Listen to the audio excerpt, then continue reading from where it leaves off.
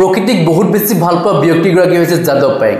আজি যাদৱ পায়েঙে কিছু মন্তব্য আগবঢ়াইছে প্ৰকৃতিক লৈ, যেটো প্ৰকৃতি আগত আহিছে, জীৱ-জন্তু আগত আহিছে, আমি মানুহ পিছত আহিছো। গতিকে মানুহে যেটো প্ৰকৃতিক ধ্বংস কৰিছে, আমাক জন্ম দি আমি এতিয়া প্ৰকৃতিক ধ্বংস কৰিছো, এনেকুৱা এটা হৈ আছে নাই?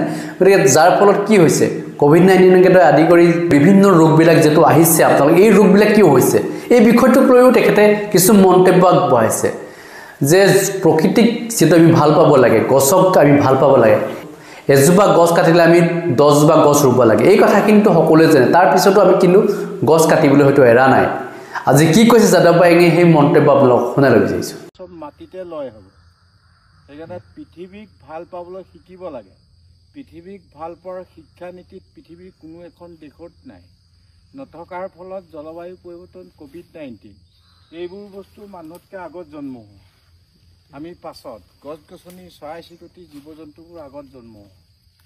আমি পাছত বেলেঞ্চ ৰাখিবৰ কাৰণে আমাক সৃষ্টি কৰি আমি প্ৰকৃতি ধ্বংস কৰিলোঁ। যিদিনা গছে আমাক কাপোৰ পিন্ধাবলৈ শিকাইছিল, চৰাই আকাশত উৰিবলৈ শিকাইছিল, সেইদিন ধৰি সমগ্ৰ বিশ্বই প্ৰকৃতিক দাগ হিচাপে ব্যৱহাৰ কৰাৰ ফলত জলবায়ু পৰিৱৰ্তন, কোভিড-19 বাপেক মৰিলেও চুব নোৱাৰে, মাক মৰিলেও চুবাই।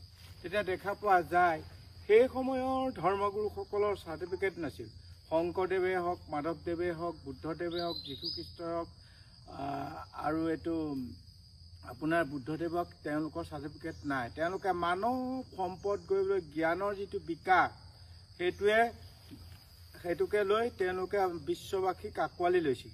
বিশ্বৰ বিভিন্ন ধৰ্মাৱলী লোকসকলে তেওঁলোকৰ আদৰ্শ মানিছিল, আৰু যাৰ বিনিময়ত আজি ছায়েন্স আৰু টেকন'লজিয়ে যেতিয়া সাহিত্যক চেৰ পেলাই ওপৰলৈ গুচি গ'ল, তেতিয়া পৃথিৱীৰ ভাৰসাম্যটো হেৰাই গ'ল।